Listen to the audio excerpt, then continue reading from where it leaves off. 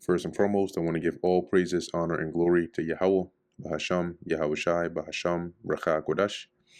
Double honors to the elders and the apostles of Great Millstone, and peace and blessings to the elect. And today we're going to go into the book of Psalms, the 19th chapter, the works and word of God. Now in this chapter, it's there are certain verses here which are double layered, right? But it's going into, as it says, the works of the Lord.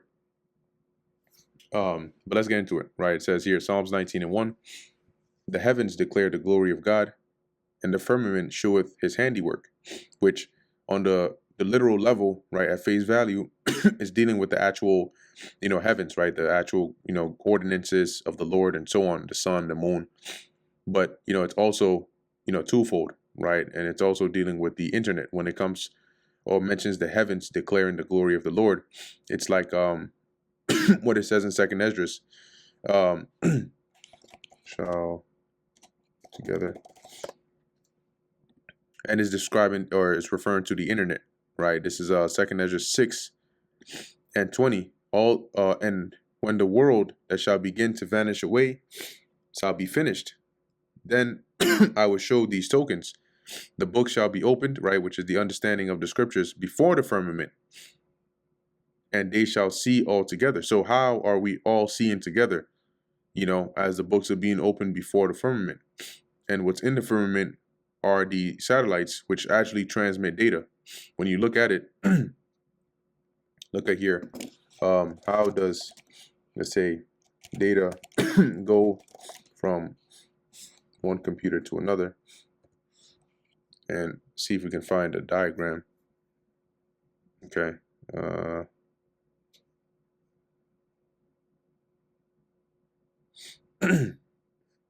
Yeah, so I suppose, this is not bad. So long story short, all right, when you either send or receive any information, right, is broken down into some, let's just call it data. And that data is sent from your computer. Now your computer, if you're using Wi-Fi, has something called a network interface card, or a NIC, all right, or a network adapter. And that's basically just, some circuitry inside your computer that actually transmits physically, right, that data or that information via the air, right, called radio waves. That's why Wi-Fi is wireless. Okay, and what happens is, whatever that information is, whether it's a text message, an email, a video, whatever information it is that's leaving your computer, if you're uploading a video to YouTube, for example, YouTube is not on your computer, right? YouTube has servers elsewhere. So what's going to happen is you do the video on your computer, you go to YouTube, you click, upload. What ends up happening when you upload is that video is broken up into data. That data is transmitted. Let's say you're using a Wi-Fi. Your computer is going to send via the Wi-Fi, right, the radio waves in the air, this data, right, encoded in the air to this router, right, your router that you have in your house. Your router is then going to connect to a broader network. That broader network, which goes, and connects one to another. In between there, you have, depending on how far the distance is, it's either connected via, signal towers, right, radio towers, satellites, or fiber optic cables, which are underwater. Okay, because the higher you go, when you try to go like international, what you need is either satellites or those cables underwater to actually transfer the data. And then eventually it transfers and it goes and it goes and it goes throughout, different networks until it gets to this other computer. So using YouTube for an example, where we upload videos, you do the video on your computer, you hit upload, the video information is sent via the internet, right, through your router onto what's called the internet, which is really just networks, right, other people's, networks that are set up. That information travels, it hits a satellite, or it goes through, some fiber optic cables or some radio towers, from one to another to another to another, and then it gets to wherever, say, YouTube has their computers, right? Some data warehouse with a server, A server is just another computer. So your video gets to their computer when you upload it. That's where it is. It's literally on their computer now. And then when somebody goes to watch a video, what's going to happen is this is going to work in reverse. Okay. They're going to go to youtube.com. The YouTube's computer or server is going to send that video.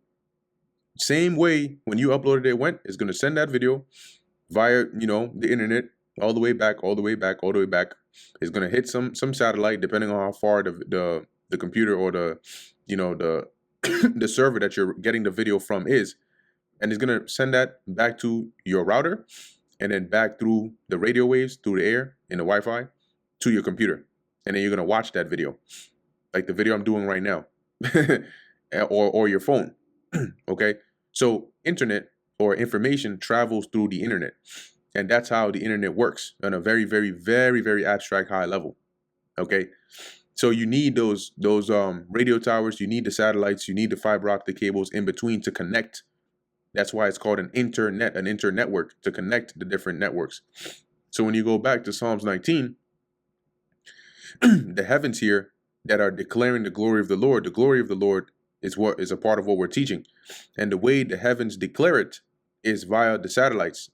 Okay, so because without the satellites, that information, that word, can only travel so far, when we use it, when we put it on the internet.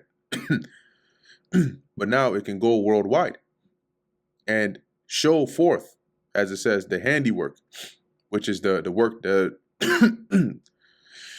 information that's being taught, the truth.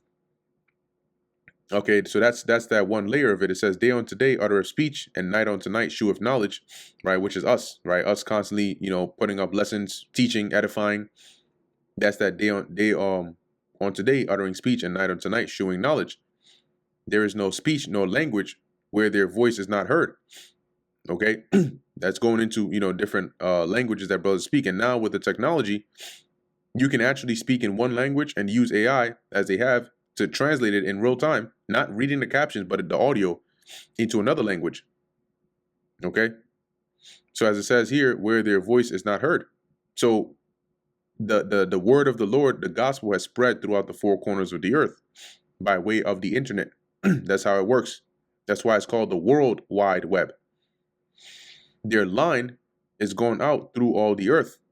See, the World Wide Web, and their words to the end of the world. And we didn't physically have to go there, but how did our words get there?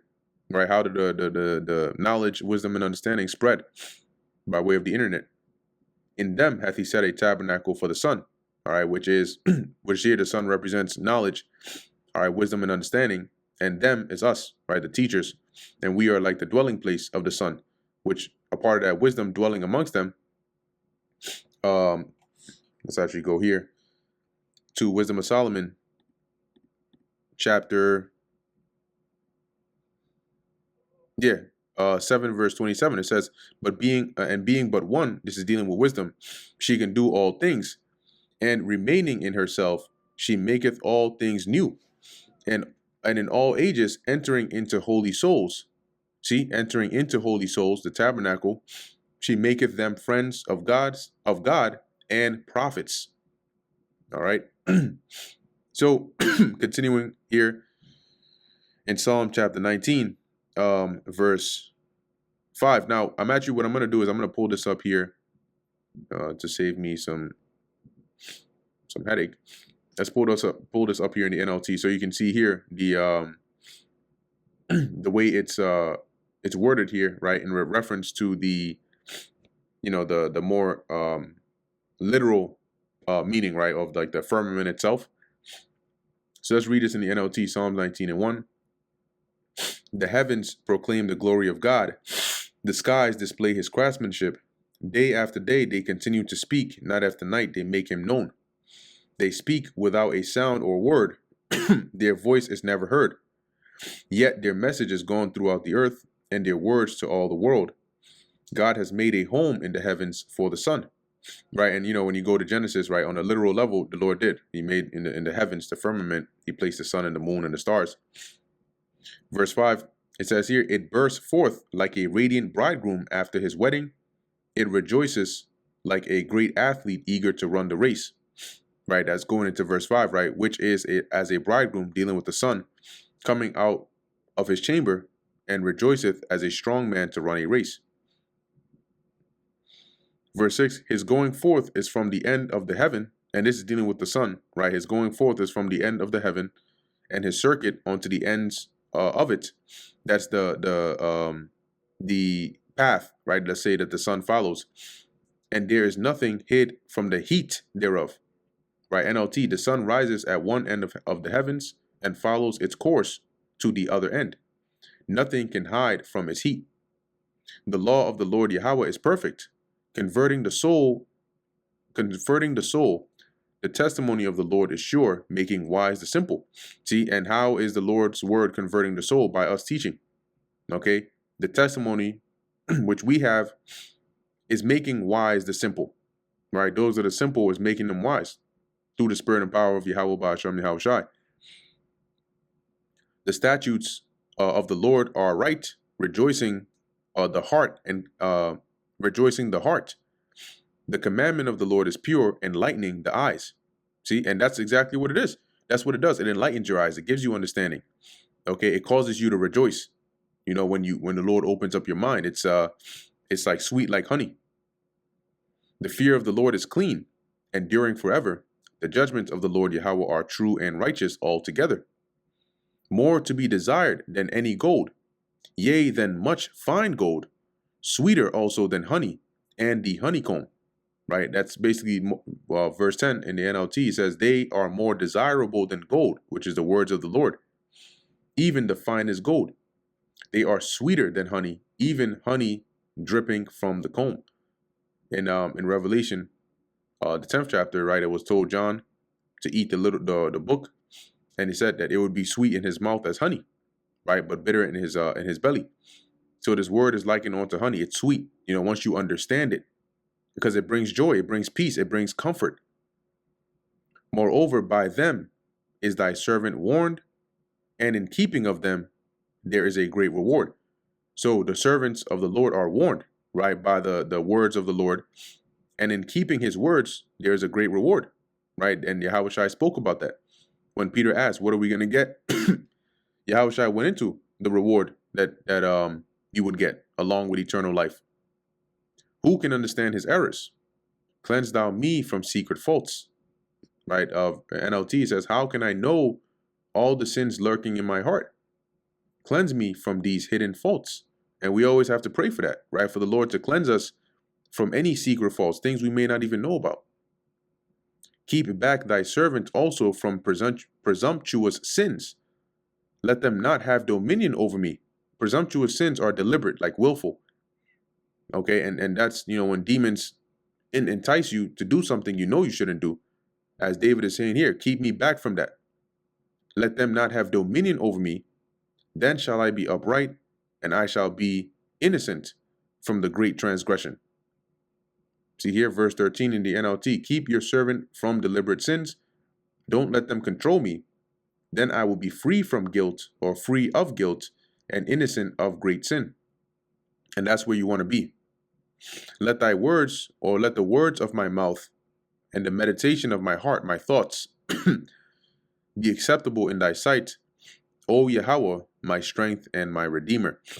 All right, and that's what you want. You want your words to be acceptable, your thoughts to be pure in the eyes of the Lord. Okay, and that brings us to the end of the book of Psalms, the 19th chapter. Lord willing, that was edifying to the elect. In closing, I want to give all praises, honor, and glory to Yahweh, Bahasham, Yahweh Shai, Bahasham, Racha Kodash. Until next time, Shalom.